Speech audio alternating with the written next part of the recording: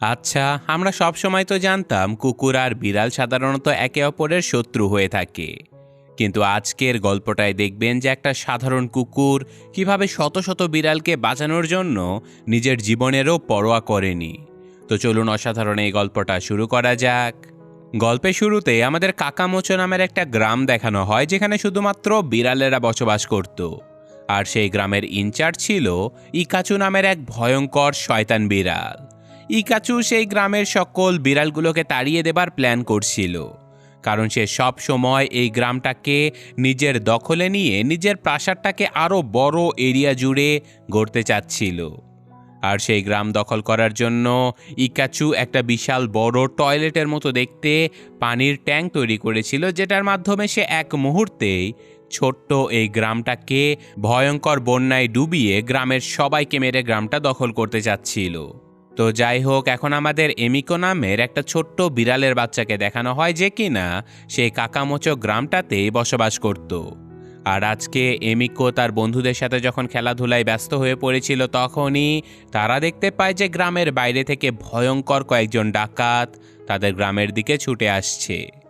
আসলে এই ডাকাতগুলো ইকাচু নিজেই পাঠিয়েছিল, যাতে ডাকাতের ভয়ে হলেও ধীরে ধীরে এই গ্রামের বিড়ালগুলো গ্রাম ছেড়ে চলে যায়।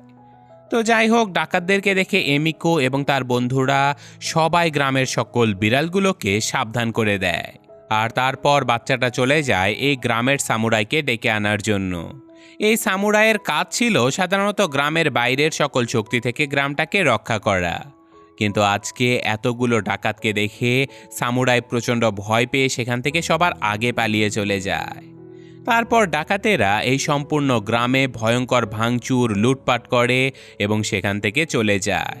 আর এমন অবস্থা দেখে গ্রামের সকল বিড়ালেরা একটা মিটিং করে তাদের রাজা শাগানকে চিঠির মাধ্যমে জানায় যে তাদের গ্রামে এখন কোনো সামুরাই নেই, তাদের নতুন একটা সামুরাই দরকার। এরপর রাজা শাগান আবার সেই ইকাচুকেই মোবাইল করে জানায় যে কাকামোচো গ্রামে নতুন একজন সামুরাই দরকার, তুমি যত জলদি পারো ওই গ্রামে একজন সাহসী সামুরাইকে পাঠিয়ে দাও। এরপর আমরা দেখতে পাই যে ইকাচু তার জেলখানায় হ্যাঙ্ক নামের একটা কুকুরকে বন্দি করে রেখেছে। আসলে এই সম্পূর্ণ গ্রামে কুকুরদের প্রবেশ করা নিষিদ্ধ ছিল, আর হ্যাঙ্ক দুর্ভাগ্যবশত ভুলক্রমে এই গ্রামে প্রবেশ করে যায়। আর এই কারণেই তাকে অনেক দিন ধরে জেলখানায় বন্দি করে রাখা হয়েছিল। আর আজকে ইকাচু এই কুকুরটাকে মেরে ফেলতো, কিন্তু কুকুরটাকে দেখে ইকাচুর মাথায় একটা বুদ্ধি চলে আসে। সে এখন কাকামোচো গ্রামে সামুরাই হিসেবে এই কুকুরটাকে পাঠিয়ে দেয়, কারণ সে প্ল্যান করেছিল যে কুকুরটা ওই গ্রামে যাবার সাথে সাথে গ্রামের সবাই হয়তো কুকুরটাকে মেরে ফেলবে। আর তারপর হত্যা মামলার আসামি হিসেবে ইকাচু গ্রামের সবাইকে গ্রেফতার করে মৃত্যুদণ্ড দেবে। এভাবে সে গ্রামটা দখল করার প্ল্যান করেছিল। তো যাই হোক, এখন একটা ঘোড়ায় চড়ে হ্যাঙ্ক যখন সেই গ্রামে পৌঁছে গিয়েছিল, তখন স্বাভাবিকভাবেই যেহেতু গ্রামে কুকুর ঢোকা নিষিদ্ধ, তাই বিড়ালেরা এই কুকুরের উপরে হামলা করে দেয় তাকে মারার জন্য। কিন্তু তখনই এমিকো সেখানে এসে একটা ডকুমেন্ট সবাইকে পড়ে শোনায় যে এই কুকুরটাকে আসলে ইনচার্জ এখানে পাঠিয়েছিল তাদের সামুরাই হিসেবে। তো সেদিনের মতো সবাই কুকুরটাকে ছেড়ে দিলেও তারা হ্যাংকে নিজেদের সামুরাই হিসেবে গ্রহণই করতে পারছিল না। কিন্তু হ্যাংক নিজের এই চাকরিটা পেয়ে অনেক খুশি হয়ে গিয়েছিল, তাই সে নিজের চাকরির দায়িত্ব ঠিকমতো পালন করার জন্য মাস্টার জিমু নামের একজন সামুরাইয়ের কাছে চলে যায় ট্রেনিং নেবার জন্য। সে তার কাছে অনুরোধ করে যেন মাস্টার তাকে ফাইটিং শিখিয়ে দেয়। কিন্তু মাস্টার বুঝে গিয়েছিল যে এই কুকুরটাকে দিয়ে আসলে কোনো কাজই হবে না, তাকে আসলে এখানে পাঠানো হয়েছিলই মরার জন্য। কিন্তু তখনই আবার ইকাচুর পাঠানো আরেক দল ডাকাত এই গ্রামে এসে আবারও ভাঙচুর শুরু করে দিয়েছিল। কিন্তু এই গ্রামের বিড়ালগুলো এতটা কষ্ট করার পরেও কেউ এই গ্রাম ছেড়ে যাবার জন্য রাজি হচ্ছিল না। তো যাই হোক, এইসব কিছু দেখে মাস্টার কুকুরটাকে বলে যে তুমি তো নিজের চাকরিটা পেয়ে অনেক খুশি হয়েছিলে, তাই না? তো যাও, এবার গ্রামটাকে রক্ষা করে দেখাও। এইসব কথা শুনে নিজের কোনো অভিজ্ঞতা না থাকা সত্ত্বেও হ্যাঙ্ক চলে যায় ডাকাতদের সাথে লড়াই করার জন্য। আর স্বাভাবিকভাবে ডাকাতদের হাতে মার খেয়ে তার অবস্থা অনেক খারাপ হয়ে যায়। আর এমন অবস্থাতেও সে মাস্টারকে বলে যে আমি জানি আমি কোনো অভিজ্ঞ সামুরাই নই, আমার মধ্যে কোনো ফাইটিং স্কিল নেই, কিন্তু আমি একজন ভালো সামুরাই হতে চাই, আমি এই গ্রামের সবাইকে রক্ষা করতে চাই, প্লিজ আমাকে সাহায্য করুন। এছাড়াও সে নিজের ছোটবেলার একটা স্পেশাল গল্প মাস্টারকে শোনাতে থাকে যে ছোটবেলায় সে যখন রাস্তার পাশে খাবার খোঁজার চেষ্টা করছিল তখনই রাস্তার কুকুরগুলো এসে তাকে অনেক মারধর করতে থাকে। কিন্তু হঠাৎ করেই সেখানে একজন অচেনা সামুরাই এসে সেদিন কুকুরগুলোর হাত থেকে তাকে বাঁচিয়ে নিয়েছিল। আর সেদিন সেই সামুরাইয়ের তলোয়ারটা হ্যাঙ্কের কাছেই ছিল। সে সেই তলোয়ারটাকে অনেক যত্ন করে রেখেছিল, আর সেদিন থেকেই মূলত হ্যাঙ্ক সামুরাইদের অনেক সম্মান করত। আর আজকে যেহেতু তার নিজের একজন সামুরাই হবার সুযোগ এসেছে, তাই সে এই কাজের জন্য নিজের জীবনও দিয়ে দিতে রাজি। এইসব কথা শুনে মাস্টার তাকে জানায় যে তোমাকে সেদিন যে সামুরাইটা বাঁচিয়েছিল সেটা আমিই ছিলাম, আর এই তলোয়ারটা আমারই। এই কথা শুনে মাস্টারের প্রতি হ্যাঙ্কের সম্মান আরও কয়েক গুণ বেড়ে যায়। সে আশা করেছিল যে এবার হয়তো মাস্টার তাকে সামুরাই হবার ট্রেনিং দেবে, কিন্তু দুর্ভাগ্যবশত মাস্টার তাকে কোনো কিছুই শেখাতে পারবে না বলে সাফ জানিয়ে দেয়। তাই বেচারা হ্যাঙ্ক মন খারাপ করে সেখান থেকে চলে যায়। কিন্তু এদিকে এমিকেও আবার তাদের সকল কথাবার্তা শুনে ফেলেছিল। তাই বাচ্চাটা মাস্টারকে বুঝায় যে মাস্টার, তোমার উচিত হ্যাঙ্ককে ভালোভাবে ট্রেনিং দেয়া। ওর উপরে আমার পুরো বিশ্বাস আছে। ও যেভাবে কোনো অভিজ্ঞতা না থাকা সত্ত্বেও ডাকাতদের মুখোমুখি হয়েছিল, আমার বিশ্বাস ওকে যদি তুমি ভালোভাবে শেখাতে পারো তাহলে ও একজন সেরা নির্ভীক সামুরাই হতে পারবে। তো বাচ্চাটার কথা শুনে মাস্টার ফাইনালি রাজি হয়ে যায় হ্যাঙ্ককে ট্রেনিং করানোর জন্য। তাই পরদিন থেকে মাস্টার কুকুরটাকে বিভিন্ন রকমের ট্রেনিং দেয়া শুরু করে দেয়। কিন্তু প্রথম এই ভয়ঙ্কর কাজগুলো করতে হ্যাঙ্কের অনেক কষ্ট হচ্ছিল, কিন্তু সে কোনো অবস্থাতেই হাল ছেড়ে দিচ্ছিল না। তাই এটা দেখে মাস্টারেরও মনে মনে তাকে অনেক ভালো লেগে যায়। তো যাই হোক, সেদিন রাতে তারা বনফায়ারের আয়োজন করে মাস্টার হ্যাঙ্ককে বলতে থাকে যে আমি আগে এই রাজ্যের রাজা সাগানের বডিগার্ড ছিলাম, কিন্তু রাজার জন্মদিনের দিন আমি বেশ কিছু ভুলভাল কাজ করে রাজাকে অনেক লজ্জায় ফেলে দিয়েছিলাম। সেদিনের ওই কাজটার জন্য আমার অনেক খারাপ লেগেছিল, তাই আমি নিজে থেকেই এই চাকরিটা ছেড়ে দিয়েছি। তো যাই হোক, পরদিন সকালে আবারও মাস্টার হ্যাঙ্ককে ট্রেনিং দিতে থাকে, আর ধীরে ধীরে হ্যাঙ্ক নিজেও ফাইট করা শিখে নিচ্ছিল। এদিকে আমরা ইকাচুকে দেখতে পাই যে কিনা এই গ্রামটাকে ধ্বংস করে দেবার জন্য এবার একটা বিশাল দেহী সুমো ফাইটারকে সেই গ্রামে পাঠিয়ে দিয়েছিল। আর সেই ফাইটার গ্রামে এসে আবারও সব কিছু ধ্বংস করে দিতে থাকে। হ্যাঙ্ক এইসব কিছু দেখে সেই ফাইটারের সাথে যুদ্ধ করতে যেতে চায়, কিন্তু মাস্টার তাকে বলে যে দেখো, তুমি এখনও পুরোপুরিভাবে ফাইটিং শেখোইনি। ওর সাথে মারামারি করতে গেলে তুমি কিন্তু মারাও যেতে পারো। এদিকে সামুরাই সেখানে না আসার কারণে বাচ্চা এমিকো নিজেই গিয়েছিল সেই ফাইটারের সাথে লড়াই করার জন্য। আর স্বাভাবিকভাবে সুমো ফাইটার সেই বাচ্চা বিড়ালটাকে সহজেই হারিয়ে দেয়। আর এটা দেখে হ্যাং আর ঘরে বসে থাকতে পারে না, সে সরাসরি ফাইটারের সাথে লড়াই করতে চলে যায়। কিন্তু এখানেও ফাইটার খুব সহজেই হ্যাঙ্ককে প্রচুর মারতে থাকে।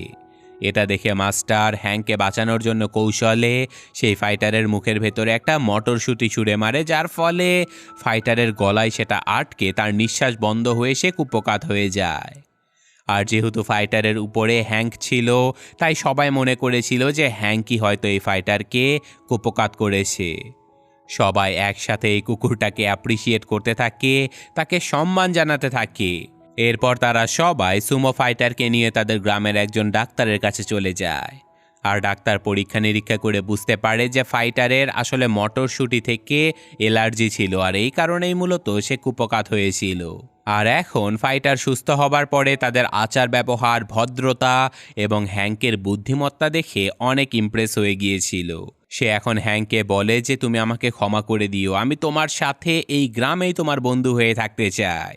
অপরদিকে ইকাচুর অ্যাসিস্ট্যান্ট তাকে জানায় যে গ্রামে থাকা নতুন সামুরাই তাদের সুমো ফাইটারকে হারিয়ে দিয়েছে। শুধু তাই নয়, ফাইটারকে সে নিজের বন্ধু বানিয়ে কাছেই রেখে দিয়েছে। এই কথা শুনে ইকাচু বেশ টেনশনে পড়ে যায়, কিন্তু তবুও তার মাথার মধ্যে একটা প্ল্যান ছিল। যে প্ল্যান সাকসেস করার জন্য সে পরদিন হ্যাঙ্কের সাথে দেখা করতে চলে যায়। আর সে কুকুরটাকে বলে যে আজকের রাতে আমি আমার প্রাইভেট নাইট ক্লাবে একটা বিশাল পার্টি রেখেছি। তুমি যেহেতু বিশাল বড় একটা বীরত্বের কাজ করেছো, তাই আমি তোমাকে ওই পার্টিতে স্পেশাল গেস্ট হিসেবে দাওয়াত করতে এসেছি। রাতের বেলা পার্টিতে আসতে ভুলো না কিন্তু। এইসব কথা বলে ইকাচু সেখান থেকে চলে যায়, আর রাত হলে বেচারা ভোলা ভালা কুকুরটা প্রস্তুত হতে থাকে পার্টিতে যাবার জন্য। কিন্তু তখনই মাস্টার তাকে বলে যে দেখো, এখন পার্টি করার সময় তোমার কাছে নেই, তোমার উচিত তোমার ট্রেনিংয়ে ফোকাস করা। কিন্তু হ্যাঙ্ক মাস্টারের কোনো কথা না শুনে তার সাথে তর্ক করে সেখান থেকে বেরিয়ে পড়ে পার্টিতে যাবার জন্য। আর ফাইনালি সে নাইট ক্লাবে পৌঁছেও যায়। আর এটাই ছিল ইকাচুর প্ল্যান। সে হ্যাংকে তার পার্টিতে ইনভাইট করে গ্রাম ফাঁকা করে সেই গ্রামে এখন পাঠিয়ে দিয়েছিল একদল ভয়ঙ্কর ডাকাত, যে ডাকাতগুলো গ্রামের সকল বাড়িঘর ভাঙচুর করে সবগুলো বাড়িতে আগুন লাগিয়ে দেয়। আর এখন পরদিন সকালে হ্যাংক যখন গ্রামে ফিরে আসে তখন সে গ্রামের অবস্থা দেখে অবাক হয়ে যায়। আর গ্রামের বিড়ালেরা তখন তার উপরে প্রচণ্ড রেগে যায়, আর তারা চিৎকার করে বলতে থাকে যে আগামীকাল আমাদের এত ক্ষতি করা হলো, তখন তুমি কোথায় ছিলে? এইসবের মধ্যে মাস্টার হ্যাংকে জানায় যে তারা শুধু গ্রামে আগুনই দেয়নি, তোমার বন্ধু সুমো ফাইটারকে কিডন্যাপ করে নিয়ে গেছে। আমি যাচ্ছি ওকে বাঁচানোর জন্য। হ্যাংক নিজেও তার মাস্টারের সাথে যেতে চায়, কিন্তু মাস্টার তাকে বলে দেয় যে আমি তোমাকে নিয়ে যেতে পারবো না, কারণ তুমি গতকাল আমার অর্ডার ফলো করোনি। আর তুমি যেহেতু মাস্টারের কথা শুনবেই না, তাহলে আজকের পর থেকে তুমি আমার স্টুডেন্ট নও। তাই এখান থেকে চলে যাও, আমি আর তোমার মুখও দেখতে চাই না। এইসব কথা শুনে কুকুরটা প্রচণ্ড হতাশ হয়ে যায়। সে মন খারাপ করে নিজের জিনিসপত্রগুলো নিয়ে এই গ্রাম ছেড়ে চলে যেতে থাকে, কিন্তু পথের মধ্যেই তার রিয়েলাইজ হয় যে এভাবে গ্রামের বিড়ালগুলোকে বিপদে ফেলে রেখে যাওয়া তার একদমই উচিত হবে না। তাই সে সবার আগে মাস্টারের রাগ ভাঙানোর জন্য তাকে সাহায্য করতে ইকাচুর প্রাসাদের ভেতরে চলে যায়। আর হ্যাংকে দেখে মাস্টার প্রচণ্ড রেগে যায়। তারা দুজন যখন নিজেদের মধ্যে ঝগড়াঝাটি শুরু করে দিয়েছিল, তখনই এই প্রাসাদের কয়েকজন গার্ড তাদেরকে দেখে ফেলে। গার্ডগুলো তাদের উপরে হামলা করে দিলেও গুরু এবং শিষ্য দুজন একসাথে সবগুলো গার্ডকে মেরে কোনো রকমে সুমো ফাইটারের সেল অবধি পৌঁছে যায়। তারা দ্রুত ফাইটারকে ছাড়িয়ে নিয়ে প্রাসাদ থেকে পালিয়ে যাবার চেষ্টা করে, কিন্তু প্রাসাদ থেকে বেরোনোর সাথে সাথে শত শত গার্ড তাদের সামনে এসে তাদেরকে আটকে দেয়।